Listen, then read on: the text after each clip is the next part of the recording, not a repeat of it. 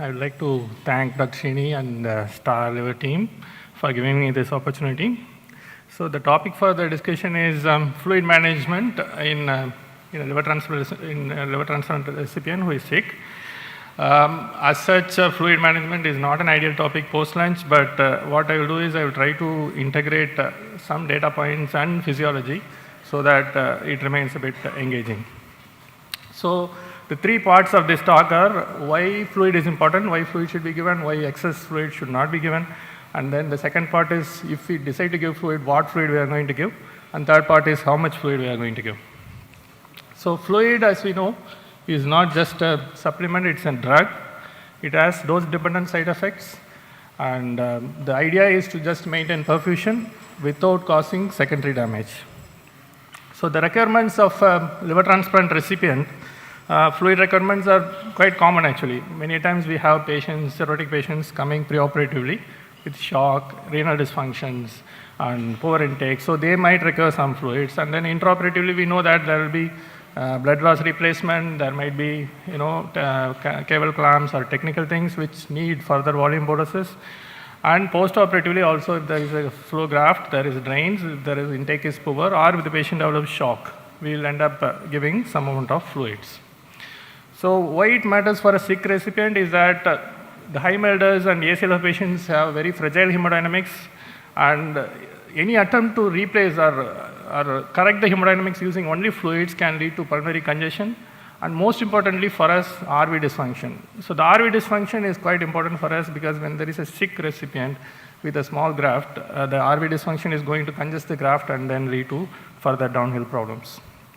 And then if we decide to restrict the fluids, we also have to remember that these patients are at risk of renal dysfunction, and AKI has been one of the major factors which determines the outcomes, perioperative outcomes in a liver transplant. So again, that also is a bit of a concern. So it's obvious that fluid status is a key factor in the survival. So some data points regarding the perioperative fluid balance. So this is one thing which has been repeatedly studied, the cumulative fluid balance in the post-operative state. So the 48-hour cumulative fluid balance of more than a liter has been studied. Right? This is one of the topics which has some decent data. So that most of the studies have shown that when there is an increased more than a liter of cumulative fluid balance at 48 hours, that leads to poor outcomes, especially poor respiratory outcomes. And then the poor weaning post-operatively, again, this is something which has been studied. This has been indirectly studied for the weaning by doing a passive leg raising maneuver. So when there is a fluid responsiveness as per passive leg raising maneuver, the patients had 100% successful resuscitation, extubation, and when the patients had a overload, there is only 33% success in the extubation. So there was a goal-directed trial.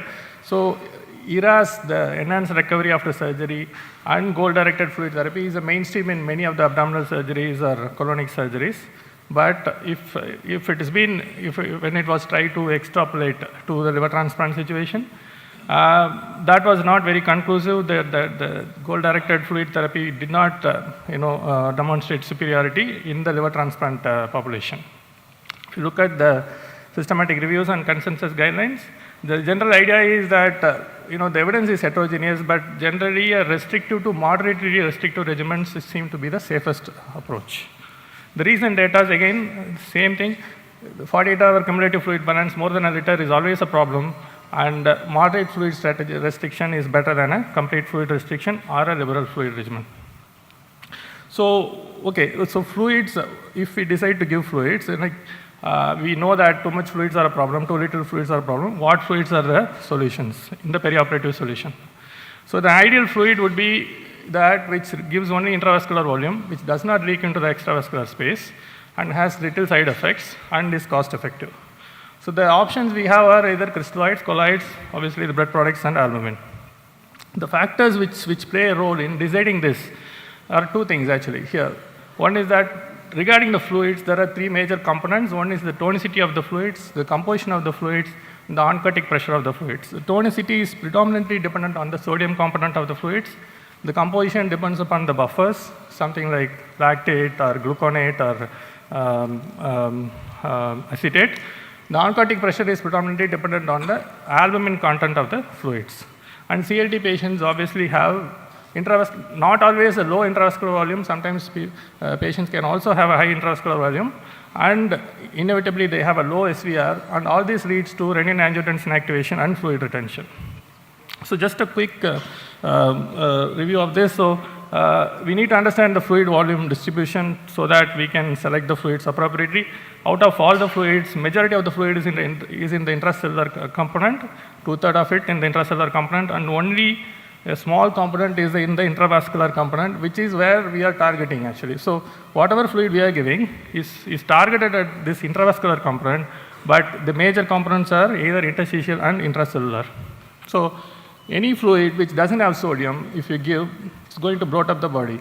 So D5 is out of the question. Whenever you give D5, it's going to go into intracellular, plasma, interstitial spaces, so that's out of the question. The other option is to give isotonic fluids like normal saline.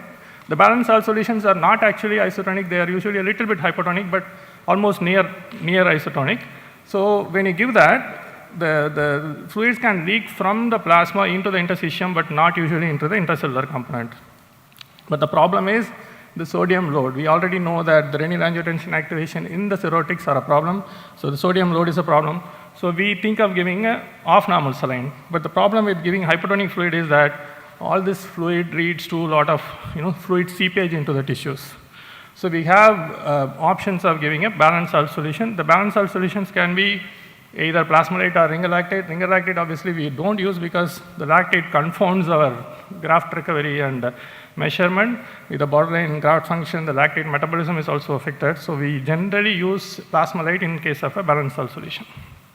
The volume effect, if you look at 100 ml of volume, if you give 100 ml of ringer lactate, the intravascular volume effect is only 18% in ringer lactate. It goes up to 85% in 5% albumin. If you give 20% albumin, it's almost doubles basically. It doesn't give us 4 times the volume, but at least it doubles the volume. So the problem with using saline or sodium-based fluid is that it increases the sodium, and even if you don't have an osmotic demyelination, just the increase of sodium can lead to poor outcomes such as prolonged intubation, prolonged ICU stay, and we also have to think about hyperchloremic metabolic acidosis. What happens is the sodium and the chloride levels increase, it goes to the macula densa, causes afferent arterial constriction, and causes low fall in GFR. And we hardly use gelatins and starch nowadays because there is a big concern of acute kidney injury and coagulopathy. So even though they have a good intravascular retainership, but the side effects have a big problems. Albumin is an option, but it has its own set of issues. We will discuss the albumin later on. So once we decided what fluid to give, how much to give, the options are the hemodynamic monitorings, the POCUS monitorings, and then the cardiac output monitoring. So the primary option of using CVP and PCWP is not really useful. That's out of the question because the intravascular pressure, the intrathoracic pressure, the intra-abdominal pressure, all this is going to affect the CVP. So the better options would be to use something like a stroke volume variation or a pulse pressure variation. And if there is a leaky capillary, you can actually use PICO, which has global end-diastolic volume and extravascular lung water index. So those things will also give us an idea about the amount of capillary leak which is happening. And especially if there is a perioperative hemodynamic change and you have TE in place, that avoids a lot of unnecessary volume, such as when you have a LVOT obstruction, when you have a thrombus, when you have a cardiac dysfunction. It gives you real-time values and real-time pictures and avoids you giving too much fluid for an indication which doesn't need a fluid.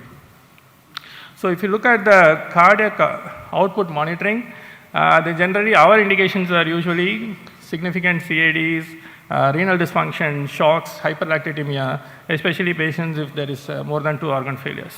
So post-operatively, POCUS has come up in a big way. The point-of-care ultrasounds, it can be a lung ultrasound to see for A profile or B profile, or you can see the IVC collapsibility index, which is quite useful. Sometimes it can be just a simple matter of looking at the IJV. That will also give us a sort of a surrogate values of an IVC index. And then if you go into the details, you can look at VTI, LVOT VTI. This can be either static or dynamic. The dynamic means you can give a volume challenge and see the improvement in the LVOT VTI, or you can just do a straight leg raising and see the response to the LVOT VTI. So the idea of this is you before giving volume, you basically demonstrate that the patient needs volume. So the entire point of all this test is to demonstrate the volume responsiveness of the patient. So in specific to the sick recipients, in addition to this, we need to have additional strategies in place, something like a endogenous volume bolus. So how do we give an endogenous volume bolus? Meaning you just recruit it from the splanchnic circulation. This is something which happens in the cirrhotic patients. There is a lot of splanchnic pooling of the blood. There is a lot of blood which gets sequestrated in the mesenteric circulation. So by some means, if we can push that volume in the intravascular space, we can avoid giving a lot of fluids. We can avoid all the complications of the volume. So this is where the terlipressin and the vasopressin analogs come into the picture. This was a study which was again done by Dr. Srini only. So this basically showed that if you give terlipressin perioperatively, even for a living donor LDLT situation, there was less AKI and drain output significantly than the control group. The second part is we should not be afraid of offloading these patients. Post-operatively, once the volume is okay, once the hemodynamics are better, we need to intensively offload these patients. And we need to understand that the fluid which is given before surgery and after surgery is going to come back into the circulation, and we have to be quickly getting the fluid out of these patients, because these patients will have very, very poor lung compliance, and if they become chest congested, then that becomes an issue. The options for offloading are two things. One is diuresis, the other is RRT. Diuresis is a sort of a safer option, simpler option. But the bigger problem is when the patient has a hyponatremia, when the patient has a AKI, it's very difficult to coordinate this. The changes of sodium and the creatinine can be quite unpredictable. You can always combine with terlipressin, so that's an option. This can be used even pre-op and post-operatively. But SCUF, something like SCUF or CVH gives us better control in removing the fluids, but obviously it has better control in maintaining the sodium levels. It doesn't lead to uncontrolled rise in sodium and osmotic demyelination issues. But the problem is, because it's extracorporeal circulation, you can have problems of thrombocytopenia, sepsis, and all that. So if you look at specific scenarios, something like a preoperative ACLF patient coming with septic shock, inevitably these patients have high CVP and misleads us that this CVP patient is volume overloaded. For all we know, the patient is usually intravascularly depleted. It's a real challenge to give a volume to this patient. But so the idea would be to have a better monitor and have a better intervention. Better monitor includes dynamic testings like passive leg raising, focus monitors, and then better intervention would be to, instead of giving fluid, give albumin-based fluids, some fluids, and mainly vasopressor-based therapy. And PICOs and advanced cardiac output will also help. Again, small size grafts also have a very little margin on either side. If you have a hypotension or a post-operative fluid requirement, if you load the volume, that's going to congest the graft and lead to further issues. So we need to know better. The TE and the transthoracic echoes might help, and predominantly a vasopressor-based approach and albumin supplemented approach will help. This is a specific situation where we can't use more of vasopressors. Here we need inodilators, something like a portopulmonary hypertension, where we have increase in the CVP and hypertension. This is where we have a big role of TE and the actual visualization of focus. So here we can use inodilators and vasopressors and completely avoid the fluids. So if you look at the evidence behind the perioperative fluid management, one thing is very clear: cumulative fluid balance more than a liter at 48 hours is always bad. In fact, it not only leads to poor chest outcomes, it also leads to poor kidney outcomes, predominantly because, contrary to the general belief, the high CVP can actually cause more kidney injury because of the back pressure. So it's not that high fluids always lead to only chest issues, it can lead to kidney issues also. And restrictive intraoperative fluids lead to better outcomes by reducing the pulmonary complication and blood loss. As of now, goal-directed fluid therapy is still not fully supported by data, and if we want to restrict the volume, moderate restriction is always better, and the dynamic assessments will help us in making the decisions easier. Intraoperatively, the main focus should be the dissection phase should have a comparatively lower CVP and go for vasopressors more than the fluids, and post-operative and anticipate the reperfusion. Again, here also again vasopressor-based therapy, and see what's happening before you do anything. So TER PICO might be helpful. Post-operatively, again, the cumulative fluid bounce is something which we need to keep in mind always, and be very aggressive about offloading this patient in the post-operatively once the hemodynamics are better, and have a better monitoring in place. So other than this, if you look at the sick recipients, so it's about monitoring. Monitoring includes something like POCUS, the SVVs, PPVs, and then intraoperatively we use low CVP and vasopressors, and then post-operatively we de-resuscitate. That's the main thing here. And always be on the lookout for specific situations like small grafts or sepsis or RV dysfunctions. And the idea is to have euvolemia and not really having any sort of hypervolemia at any point of time. And the idea is to balance the functions of graft and the kidneys. So generally our idea is our primary fluid is, due to the multiple reasons we discussed, it's usually a combination of RNS and plasmolyte. And as much as possible, cellular blood products. For example, if there is a blood loss, we try to replace with PRC only, not with anything else. And we completely avoid the plasma, use the ROTAM-based algorithms. And those things actually lead to a lot of reduction in the fluid requirement, and most of the time we end up giving cryoprecipitate and fibrinogen concentrate most of the time, and if needed, sometimes PCCs. But the FFP requirement is completely reduced. If you use albumin, the situations where we use albumin is when there is post-operative drains, when there is when there is oral volume requirement, which is quite significant, we can use it to reduce the oral volume requirement. Acute volume challenge, we use a 5% albumin, but generally we don't chase up the serum albumin levels. Have a low threshold for vasopressors instead of giving lots of fluids. And once the patient is ready, be ready to intensively de-resuscitate and offload the patient, and have a low threshold for perioperative RRT also, because it gives you better control over the overall picture. So the idea should be that once you see the patient perioperatively, we have to have a mental plan of how to go about during and after surgery, continuously monitor, have good monitors in place, and then keep evolving, and always remember the physiology so that it's easier to manage these patients. Thank you.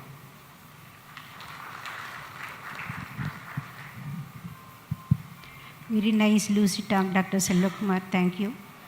What about the post-transplant polyuria? If it occurs, how long it will stay, and how do you approach for that polyuria scenario? So post-liver transplant polyuria is not a very common feature which we generally have. Most of the time we have oligurias, unlike a kidney transplant. But if it happens, the problems which we might face is, because most of the time this polyuria could be a part of the recovering AKI, recovering ATN type situation. In that situation, we might be losing a lot of free water, so we might have a rapid uncontrolled rise in the sodium levels. That is something we have to keep in mind. And obviously the intravascular volume has to be kept in mind, and if you have the monitors and either the hemodynamic monitors or a lactate, we can continue chasing up. What we generally do is, if the polyuria is a real problem, we continue fluids with OFNS, which we generally don't give for other patients. We continue with OFNS, have a bit of sodium restriction, and as much as possible go enterally, if possible, and then maintain the tonicity of the fluids with a background infusion of albumin. And one more question. Yeah. How do we assess graft perfusion? Can we translate the general body perfusion to graft perfusion, or any other extra lab investigation? Or of course we do Doppler ultrasounds and all those things, but can we really translate the body perfusion to graft perfusion, or we have to do any other extra lab investigations like? Generally, the liver graft perfusion is generally not something which gets it's not the first thing which gets affected when you have a perfusion issue. But having said that, if you want to measure, obviously the portal flows will be a good point to measure in Doppler.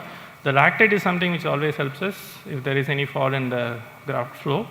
But there is not a specific focus on graft perfusion. Most of the time, it's the overall perfusion, mainly the renal perfusion, which gets affected first.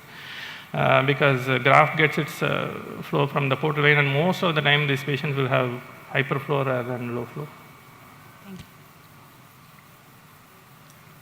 you. Audience, any questions? Thanks for the talk. Sir, are you using this passive leg raising in your setup?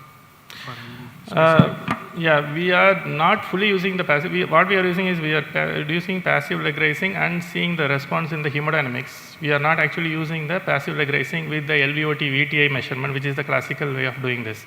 So if you have a LVOT VTI measurement on place, and then with the echo probe in place, if you raise the leg and you can see the VTI improvement, that's a proper way of doing that actually. That is something which can be done. Usually we take a cutoff of 10 to 12% change after doing a passive leg raising. So if at all that the same thing you are applying for these patients also, or any change that you are keeping, like the threshold is being changed for them? So the thing is, basically passive leg raising, just like any other dynamic variable, shows that there is a volume responsiveness for the patient. It doesn't mean that patient needs volume. Sometimes the patient might be just having volume responsiveness, and if the perfusion is okay, we might sometimes accept a slightly lower volume. So we don't treat all the passive leg raising positive patients.